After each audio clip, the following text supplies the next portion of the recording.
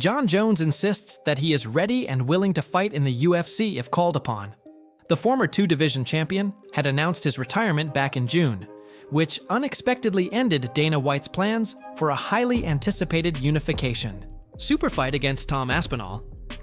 However, only a few days later, Bones backtracked on his decision after the UFC revealed that it was planning to stage a historic event at the White House in 2026. Even so, Dana White was quick to shut down the speculation. The UFC president not only dismissed Jones's participation in that special card, but also mocked the possibility, bluntly stating the odds were 1,000,000,000 to 1. Looking to clarify the confusion surrounding his supposed retirement, Jon Jones gave his own version of events while attending the MTV VMAs. "I am not retired. I'm actively training 5 days a week, and I'm in the UFC's drug testing pool. I don't really know if I'm gonna fight at the White House. It's kind of out of my control fight now. I'm training for the event. I'll be ready for the event. That's my goal. That's my intention. But ultimately, it's up to the boss." Meanwhile, Conor McGregor has already started positioning himself as the favorite to headline the White House card. After new details were revealed, the event, originally scheduled for July 4th, 2026, was moved up to June. The production promises to be unlike anything seen before. Fighters will warm up inside the White House itself. The ceremonial weigh-ins will take place on the steps of the Lincoln Memorial, and the night will feature light shows, fireworks, and other celebrations to mark the historic occasion. At the moment, McGregor, despite not being American, appears to be the leading candidate to serve as the main attraction of the UFC White House card. But the big unknown remains Jon Jones. Will the former champion be able to convince Dana White to give him a spot in such an unprecedented event? The last few months for Jon Jones have been, at the very least, peculiar. The ex-champion keeps insisting on the idea of returning to the octagon, but the real question is, return for what exactly? That was the point raised by one of his former rivals. Chael Sonnen, who fought Jones for the light heavyweight belt back in 2013, and even coached opposite him on the Ultimate Fighter 17, did not hold back in criticizing the American. For Sonnen, the whole situation is becoming a little bit confusing. According to him, if Jon Jones truly isn't retired as he claims, what justifies him not having unified the title against the current undisputed heavyweight champion, Tom Aspinall, after more than 600 days of waiting? Sonnen cut straight to the point. If Jon says that he's back, and he was never injured, he was never ill, he just didn't want to fight Tom Aspinall. That's the part to me that's a little bit weird. He's playing this as though that retirement never happened, as opposed to, this is a comeback. If you're coming back, what are you coming back for? What is it that you're coming back to?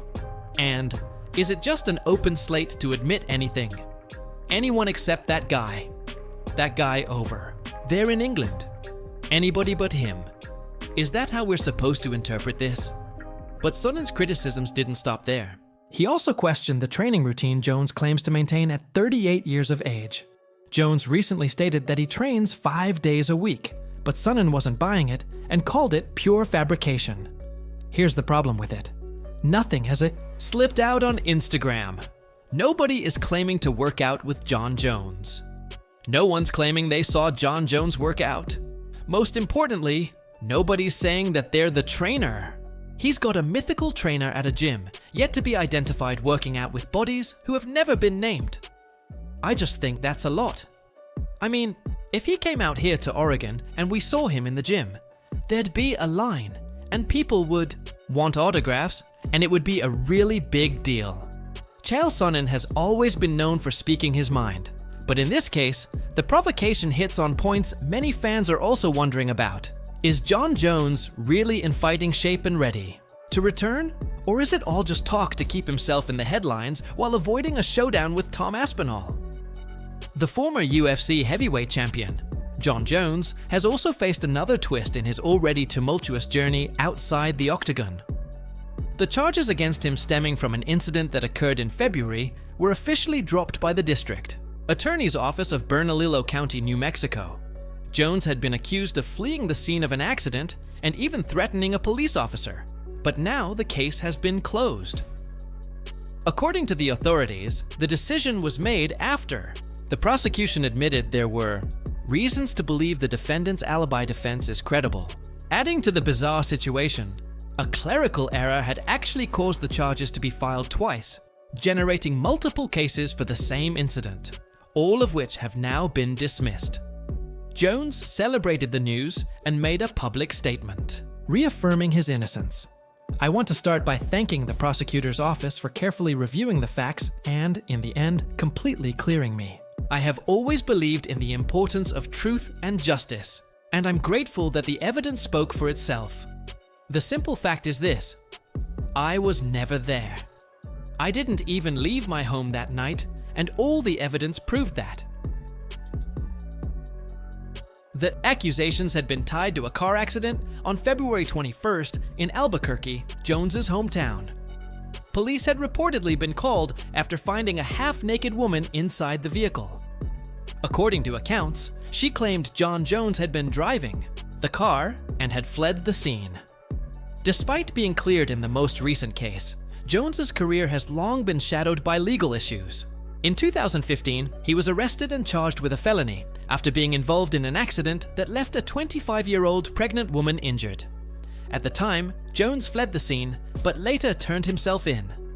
He pleaded guilty to leaving the scene and was sentenced to supervised probation.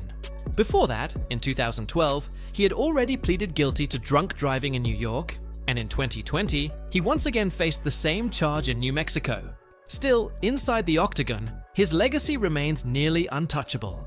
Considered by many to be the greatest fighter of all time, Jones announced his retirement earlier this year, instead of accepting a unification bout against Britain's Tom Aspinall, who had captured the interim title. Not long afterward, however, he reversed course, saying that he intends to compete again at a historic UFC event planned to take place at the White House next July. Now, free from his latest legal troubles, Jon Jones remains surrounded by speculation and uncertainty. On one hand, his public image continues to be damaged by countless controversies. On the other hand, his mere presence inside the cage still generates enormous interest, anticipation, and pay-per-view sales. The lingering question is whether, beyond winning battles in court, Jones will also face the one challenge that fans are still demanding: a direct confrontation with Tom Aspinall, who currently reigns supreme in the most dangerous division in MMA. And at the end of the day, what we have in front of us is the classic Jon Jones saga, a blend of genius, mystery, controversy, and promises that always seem to hang in the air. The man once hailed by many as the greatest of all time now finds himself in a strange position. He insists he's still training, claims he was never retired, and swears he'll be ready for whatever event the UFC offers him. But when we look at the facts, one unavoidable doubt arises.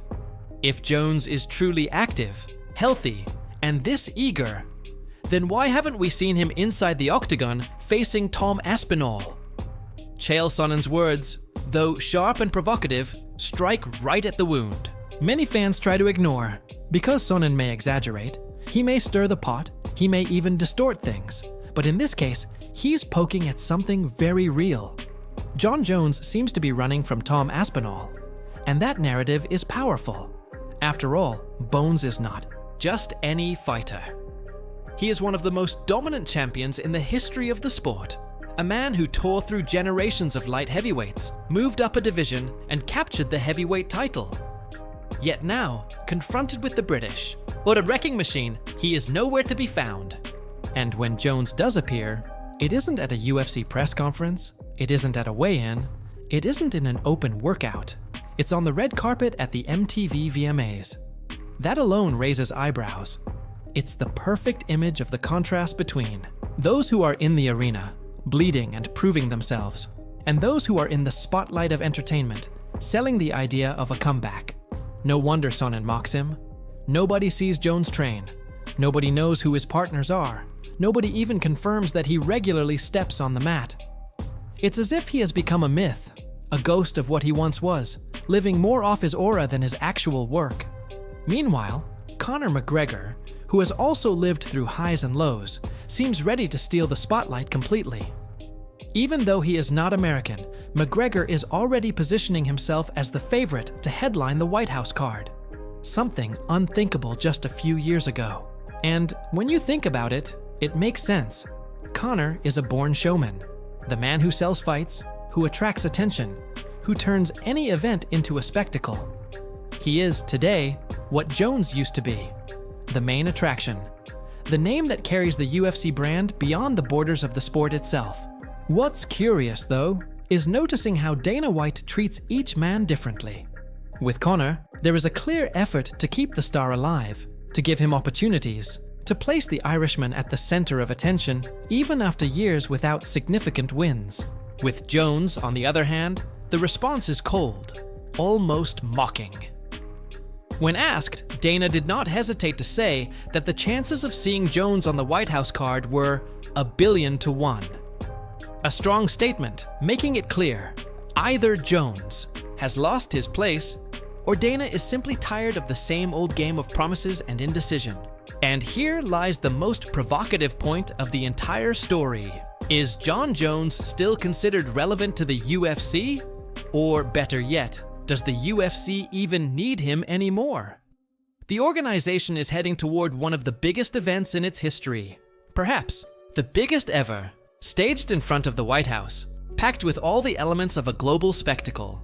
Does Dana White really need Jones, with all his baggage of controversies and constant uncertainty, when he has Conor McGregor ready to ignite the occasion, and Tom Aspinall representing the future of the heavyweight division? Time, too, is against Bones. At 38 years old, Jones still speaks as if he were the same invincible prodigy from 10 years ago, but the body does not lie. Sonnen struck right at that point. If he really trains 5 days a week, where is the proof? Why are there never any videos, records, witnesses? In today's hyper-connected world, where every sparring session becomes content and every workout turns into clicks, it's almost impossible to believe that nobody has seen or recorded anything. This absence of evidence doesn't just generate doubt. It fuels the narrative that Jones is stuck in the past, living off memories and sound bites, and maybe that's exactly what makes this situation so fascinating to fans. Jon Jones is a walking mystery. He might step into the octagon and once again prove that he is one of the greatest geniuses the sport has ever seen. Or he might just vanish, keeping everyone in eternal suspense. And let's be honest, that suspense gets tiring. Now comes the inevitable provocation. Is Jon Jones truly avoiding Tom Aspinall? Is it possible that behind all this talk about training and returning to the UFC, there is simply the fear of losing to a rival who represents the new era? Because if that's true, it would mark the very first time that Bones has run from a challenge, and that would forever change the way his career is remembered. On one side, we have Jones, wrapped in mystery, trying to stay in the game through public statements and sporadic appearances. On the other, we have Conor McGregor, who, even in decline, remains the most powerful attention machine the UFC has ever had. And right in the middle of it all, we have Tom Aspinall, the undisputed heavyweight champion, the man who could give Jones the fight that would ultimately define his place in history. So the question goes to you, the one following this saga. Does Jon Jones still have something to prove inside the octagon? Or is it already time to move on and leave the stage for Conor and Aspinall? Do you believe that Bones is actually training and ready to return? Or do you think Chael Sonnen nailed it when he said it's all just an invention? And more importantly, if the comeback does happen, would you want to see Jon Jones on that historic White House card? Or should that spot go to fighters who are truly active right now? The fact remains that whether people like it or not, Jon Jones still manages to captivate the MMA world. He is living proof that in this sport, it isn't always the fights themselves that write history, but also the absences, the broken promises, and the matchups that never materialize. And that uncertainty, that constant question mark over whether we will ever see Bones back again, is exactly what keeps the fans hooked, waiting for the next chapter.